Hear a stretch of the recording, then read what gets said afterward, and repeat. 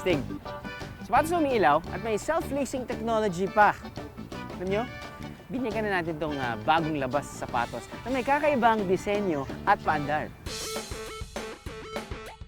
Sundan natin ang mga yapak ng forever partner na ating mga paa, ang iba't ibang klase ng footwear. Rewind muna noong sinaunang panahon nang mauso ang footwear. Hanggang sa nagkaroon ng sapatos, boots, heels at iba pang sapin sa paa na kung ano-anong style pa.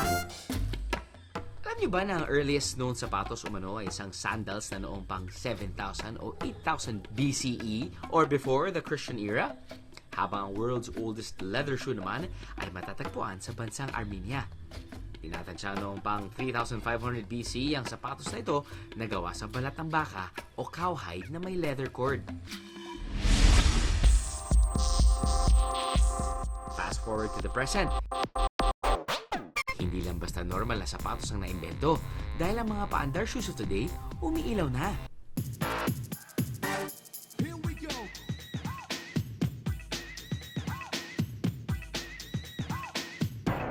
At alam yan ang ating kapuso Prince of the Dance Floor. Diba, Julian Trono? Hataw na! Sa kakaindak ni Julian, mas lalo tuloy nakaka-excite suotin yung sneakers na yan. Pero saan nga ba yan pwedeng makita? What's up mga kaaha? Nandito tayo ngayon sa LED Shoes Manila. Bakit LED shoes? Let's find out. Meron siyang LED. So we have red, green, blue, different colors. There's lots of colors. So okay siya pang, you want to walk around with style. Wow! Fantastic, baby! Daig pa ang rainbow colors ng LED shoes na to. Pwedeng steady ang kulay, pwedeng dahan-dahang nagpapalit-palit, pwede ring mabilisan. Lahat depende yan sa inyong trip. Ang lighting effects na to, ginawang posible ng LED o light-emitting diode.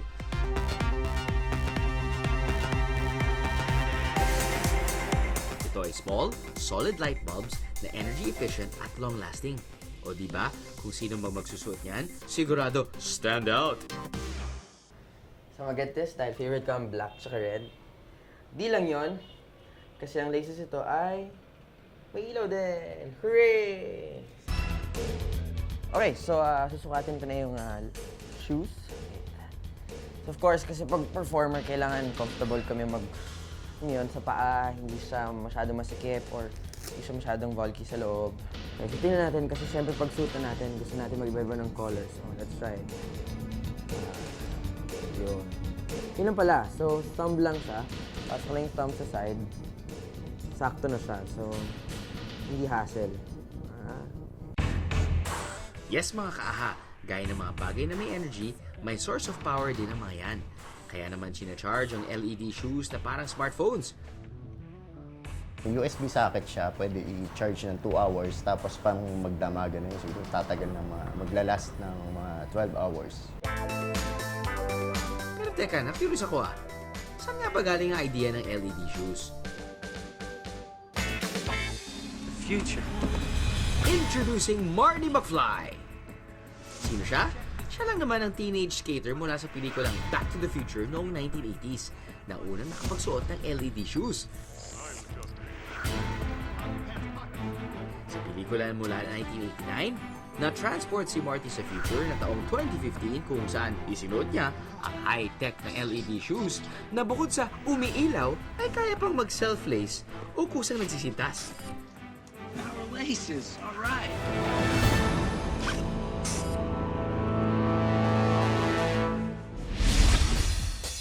At dahil ito na nga ang taon na dumating si Marty McFly, nakakatuwang isipin na meron na nga tayo nito ngayon. Meron na nga replica ito gaya na lang ng pagmamay-ari ng avid shoe fan na si Edel Fernandez. Yung fulfillment kasi yung kagaya nun, yung inabot mo yung panahon, yung time na bata ka pa, syempre, kung ano yung nasa movie, yun yung gusto mo, di ba? Minsan, yun yung costume mo. So, ngayon, nung nag-work na ako, na merong available sa market, pinag-iipunan ko. Hindi lang isa, kundi dalawa ang kanyang pares ng Back to the Future shoes. Ang isa nga dito, customized na Iron Man shoes na ginagamit niyang pang cosplay. Amazing, di ba? At kung self-lacing ang sapatos sa pelikula, meron namang ipagmamalaki ang naimbentong sintas ngayon na kasabayan ng LED shoes. Ito kasi ay kumukuti-kutitap, este umiilaw rin. Sarap sa mata, di ba? Pero ang tanong, masarap din kaya ito sa paa? Ang The Moves ni Julian, mukha pa nga mas lumilevel up dahil sa effect ng sapatos. Bagay na bagay pang sayaw. Ano mang indak, pwede. Pati nga si Regine Tolentino na Zumba naman ng The Moves ay ito rin ang ginagamit.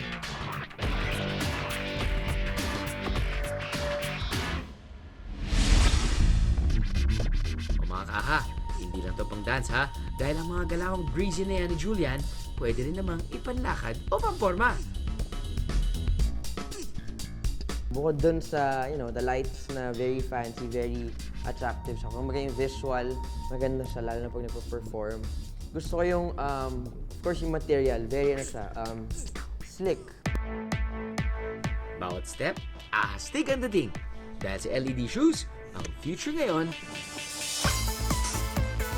mas bright at exciting.